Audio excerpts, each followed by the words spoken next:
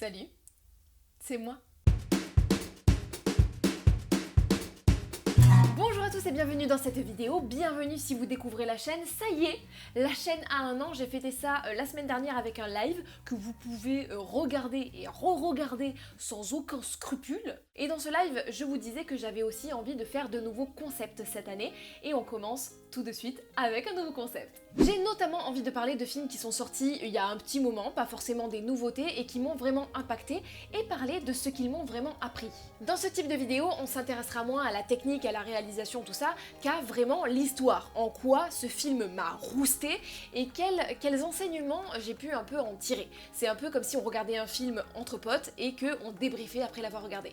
Évidemment, dans ce genre de vidéo, on va spoiler comme des gros bâtards, parce que vous vous doutez bien que je peux pas parler de l'enseignement que j'ai tiré des films sans décortiquer toute l'histoire. Et pour ceux qui suivent la chaîne, oui, le décor a changé, c'est pas la même caméra, c'est pas le même micro, je suis en plein déménagement, on m'a prêté des trucs, mais j'avais trop envie de vous filmer une vidéo. Le film qui m'a donné l'envie de ce concept, c'est 500 jours ensemble, parce que je l'ai rematé il y a pas longtemps, et que je me suis aperçue que, entre ce que j'en pense maintenant et ce que j'en ai pensé la toute première fois où je l'ai regardé, il y a beaucoup de choses qui ont évolué. 10 ans se sont passés, j'ai changé, je vois plus le film pareil, et il y a plein de choses à en tirer. Alors qu'est-ce que j'ai appris de 500 jours ensemble? Le film raconte l'histoire de Tom qui croit en un amour fou et passionnel et de Summer qui ne croit pas du tout en l'amour. On va suivre leur relation de la façon dont elle se noue à la façon dont elle se dénoue. Dans les faits, Tom est à fond, Summer bif bof et elle va finir par le larguer le laissant dans son seum, il va essayer de la reconquérir et s'apercevoir qu'elle s'est fiancée à un autre. Quand j'ai vu ce film pour la toute première fois au sortir de mon adolescence, des mèches en tissu dans les cheveux et un sarouel sur le cul, j'ai pensé que Summer était une connasse. Voilà. Pour moi, elle prenait Tom pour un pigeon, elle l'a largué comme une merde, et alors qu'elle revendiquait ne pas croire en l'amour et qu'elle s'est jamais vraiment engagée avec Tom, en 2 secondes, elle va se fiancer avec un autre type. La salope. Sauf que, quand j'ai revu ce film, j'ai complètement changé d'avis. En fait, ce film, et il nous le dit... You should know up front, this is not a love story. Il n'est pas une grande histoire d'amour. En fait, il est l'histoire d'avant la grande histoire d'amour. Une histoire qui n'est pas faite pour durer. Parce que, oui, effectivement, Summer est pas super cool, mais Tom est un gros blaireau. Et ce film, en fait, c'est le mode d'emploi sur comment Tom et Summer ont fait foirer leur relation sentimentale et comment ils ont suffisamment évolué à la fin pour pouvoir faire en sorte que la prochaine histoire soit potentiellement la bonne. On en parle. Cette histoire d'amour est morte depuis le début. Ouais. Summer dit dès le début à Tom que c'est non. En fait, elle croit pas en l'amour, c'est pas du tout ce qu'elle recherche, elle le veut comme ami, et à plusieurs reprises dans le film, elle lui rappelle qu'elle ne veut rien de sérieux et lui demande s'il est ok avec ça. Et lui, il dit oui, alors que non, il faut pas faire ça. Ça ne peut finir que mal. Tom, comme beaucoup de personnes, moi la première, s'est dit qu'il pouvait faire changer Summer d'avis parce qu'il est en crush total, alors que on ne fait pas changer les gens, sauf s'ils en ont vraiment envie, sinon... Non, surtout quelqu'un comme Summer qui est complètement névrosé. D'ailleurs, la voix off nous la présente comme ça dès le début, en nous disant que ce que Summer préfère chez elle, c'est le fait qu'elle s'attache aux choses et sa capacité à s'en détacher complètement sans rien ressentir. Bon, alors on nous parle de ça par rapport à ses cheveux au début, mais ça annonce quand même la couleur. Alors vous me direz que Tom il est pas forcément au courant de ça. Ouais, enfin quand une meuf elle te sort une phrase du genre I just don't feel comfortable being anyone's girlfriend. I don't actually feel comfortable being anyone's anything, you know. Bon on se dit que niveau relation amoureuse, ça pue quand même vachement du cul. Attention, vous allez vous prendre une énorme bâche. Du coup, oui, Summer fait pas mal d'erreurs, elle est égoïste à plein de moments parce qu'elle sent que Tom est plus attaché à elle et qu'elle aurait dû mettre un terme à tout ça il y a un bon moment. Elle le fait pas fou, mais c'est pas une connasse pour autant. Elle est surtout complètement bloquée émotionnellement, elle essaye plus ou moins de se conformer à ce que Tom attend d'elle, sauf qu'elle n'y arrive pas parce que elle croit que l'amour c'est un fantasme et que ça n'existe pas. Ce qui est quand même, quand tu veux une relation sérieuse et que tu cherches l'élu, un gros red flag. Sauf que tous ces red flags, Tom il les voit pas parce qu'il se regarde le nombril. D'ailleurs, il y a une scène qui montre particulièrement ça, c'est la scène où Summer se confie à Tom. Elle lui raconte des trucs, elle lui raconte ses rêves, ses ressentis, etc.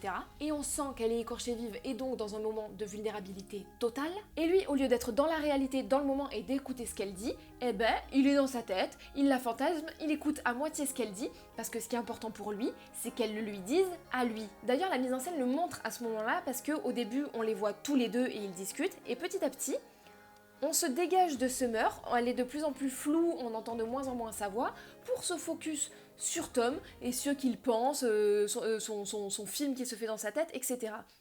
Et alors que Summer lui dit I've never told anybody that before. lui, il lui répond I guess I'm not just anybody. donc ce qui est important pour lui, ce n'est pas ce qu'elle dit, mais c'est ce qu'il représente pour elle, le fait qu'elle lui dise à lui. C'est un gros con. Alors parlons-en.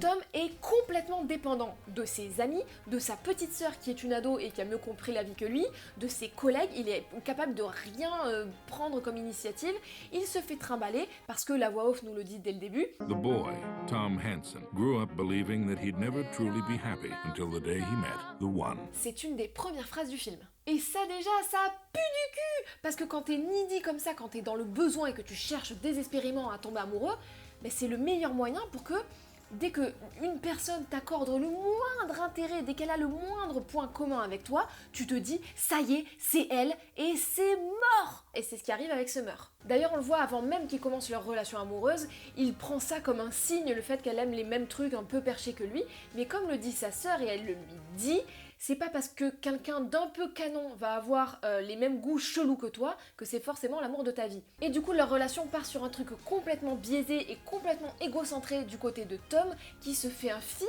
tout le long. Et d'ailleurs, on le voit particulièrement lors de la fameuse scène la plus connue du film, je pense, de la comédie musicale, quand Tom couche enfin avec Summer et qu'il sort de chez lui et qu'il y a de la musique partout, des oiseaux à la Disney qui viennent picorer sur son épaule, etc.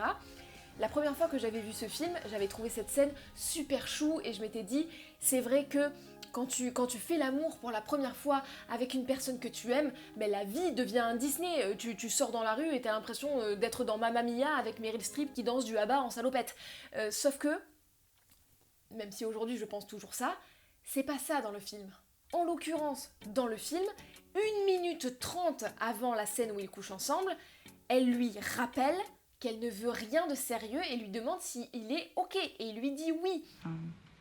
I'm not really looking for anything serious. Is that okay? Yeah.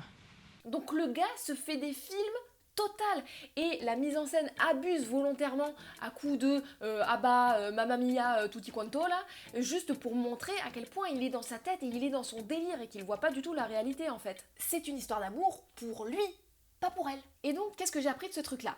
Après avoir fait 2-3 erreurs en chemin. C'est que tout focus sur la recherche de l'amour, c'est le meilleur moyen de foncer tête baissée dans un mur et de t'engager avec quasiment le premier venu qui a un peu de points communs avec toi, sans regarder et sans apercevoir tous les panneaux stop et les red flags qu'il y a autour de toi, parce que t'es trop dans le besoin. Quand je dis toi, c'est toi l'aléa du passé ou un toi général, c'est pas particulièrement toi. Donc il faut plutôt se concentrer sur son épanouissement personnel, ses relations sociales, etc. Et pas directement réfléchir au plan de table du mariage juste parce que un ou une inconnue t'a dit « Oh c'est fou, t'aimes les voyages ? Moi aussi !» Parce que tu vas foncer dans le mur. D'autre part, Tom se prend une énorme bâche lorsque Summer le largue et que ses potes, sa sœur, etc. lui disent de faire le deuil de cette relation. Encore une fois, il écoute personne et il dit « I don't want to get over her. I want to get her back. » Et du coup, lorsqu'il va s'apercevoir qu'elle s'est fiancée à un autre, ça va être dur à digérer la pilule. Alors certes, à ce moment-là non plus, Summer n'a pas géré, elle est vraiment pas parfaite, elle aurait dû mettre la situation à plat et tout dire à Tom. Mais on le sait qu'elle est complètement à l'ouest niveau relations sociales, et ça Tom il l'aurait su aussi et il l'aurait capté s'il se regardait pas le trou de balle. Ce que moi j'ai appris de la rupture, et mine de rien c'est assez important, c'est que il faut arrêter de s'imaginer que la personne qui est en face de toi et qui vient de te larguer est forcément l'amour de ta vie, et que forcément à un moment la personne va se rendre compte de son immense erreur parce que au fond, obligatoirement, elle ressent pareil que toi. C'est pas le cas. Encore une fois, quand je dis toi, c'est pas toi, hein. Nous, ce qu'on veut, c'est une personne qui nous kiffe vraiment et qui veut les mêmes choses que nous. Si la personne en face est radicalement différente sur des points hyper importants ou qu'elle vient de te larguer, c'est visiblement qu'elle veut pas les mêmes choses que toi. Alors, on mérite mieux, ok ? Nous, on mérite autre chose que ça. Donc, ça suffit, oh les cœurs, t'as vu le beau gosse que t'es là ? Bad bitch, va ! Et comme le dit la petite sœur de Tom, I know you think that she was the one, but I don't. No, I think you're just remembering the good stuff. Next time you look back, I really think you should look again. Le troisième et dernier point que ce film m'a enseigné, c'est la façon dont il se finit pour tous les deux. La première fois que j'ai vu ce film, j'ai été très étonnée par la fin. Le fait que Summer se marie et que Tom rencontre cette meuf comme ça m'a surpris. Comme on l'a dit plus tôt dans la vidéo et comme le dit le film lui-même, ce film n'est pas une grande histoire d'amour, c'est l'histoire d'avant. Après cette histoire avec Tom, Summer va rencontrer quelqu'un avec qui ça va être hyper fluide, ça va être évident et elle va ressentir des sentiments directement sans avoir à essayer de forcer le truc comme elle a pu essayer de le faire avec Tom. Elle le lui dit elle-même, ça s'est fait ultra simplement et d'ailleurs, c'est un peu brutal, mais elle dit I just woke up one day and I knew Knew what? what I was never sure of with you.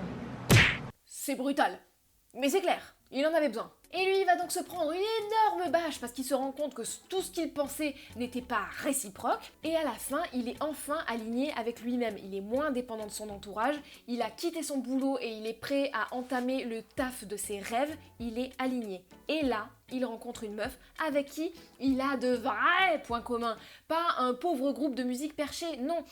Le truc qui les fait vibrer, en l'occurrence c'est l'architecture, mais c'est leur passion, à tous les deux ils partagent vraiment quelque chose. Et elle lui dit d'ailleurs qu'elle l'a déjà vu, qu'ils se sont déjà croisés, et lui il répond que ah bah non il l'avait jamais vu. Pourquoi? Parce qu'il était tellement auto-centré sur lui-même, dans son propre film, qu'il n'était pas apte à regarder ce qui se passait autour de lui et à voir qu'il y avait de vraies opportunités autour de lui. You must not have been looking. J'enfonce peut-être un peu des portes ouvertes, mais de temps en temps, ça fait pas de mal de rappeler les basiques. Le meilleur moyen pour être serein et apaisé dans une relation avec quelqu'un qui est dans la même démarche, c'est d'être aligné. Oui, j'utilise beaucoup ce mot, je vais m'expliquer. Quand je parle d'alignement, je parle du fait que tout est mis en œuvre dans ta vie pour aller dans la direction de ton épanouissement. Tu peux parler de glow up si tu veux, si tu vas sur TikTok et que tu dis des phrases du genre « c'est rien, c'est la rue ». Je suis une vieille personne, je ne comprends pas cette phrase. Et évidemment, je ne parle pas de glow up physique, je parle d'un épanouissement professionnel, personnel, social, mental, etc. etc. Évidemment, tout ne peut pas être parfait et aligné dans ta vie. Il y a toujours des couacs parce que la vie, mais en tout cas tu as entamé une démarche pour que tout ça forme plus ou moins une boule de kiff général. Tes pieds t'emmènent dans une direction épanouissante. Et du coup à ce moment-là tu focuses plus tout forcément sur l'amour parce que l'amour tu te l'apportes à toi-même et tu n'as plus cet énorme gouffre affectif que tu essayes de remplir avec des bouts d'amour de partout. Tu es aligné, tu es serein et tu es au mieux pour rencontrer quelqu'un qui est dans la même démarche que toi. Parce que l'amour, et ça, pour des gens comme moi, ça peut prendre du temps avant que ça monte jusqu'au cerveau, même si c'est ultra romantique, les trucs hyper torturés, passionnels, les dramas et tout, et que, attention, hein, j'en suis très très cliente, dans la vraie vie, ça peut à la fois être fort et intense, et à la fois être serein, bienveillant et complètement évident. Et c'est ça que tu veux. Pas t'égratigner le bras avec un compas en bas de la cage d'escalier d'une meuf que tu connais depuis 2 semaines pour lui prouver que si, c'est l'amour de ta vie parce qu'elle sait faire un backflip en skate. Tu veux pas ça? Bref, entre la première fois et les fois suivantes où j'ai regardé ce film, j'ai appris des choses, j'ai évolué, j'ai changé.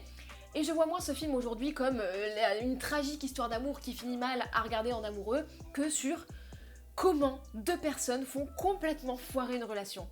Et le film n'en est pas moins intéressant, bien au contraire.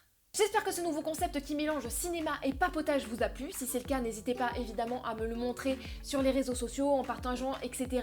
Et en likant évidemment en masse la vidéo.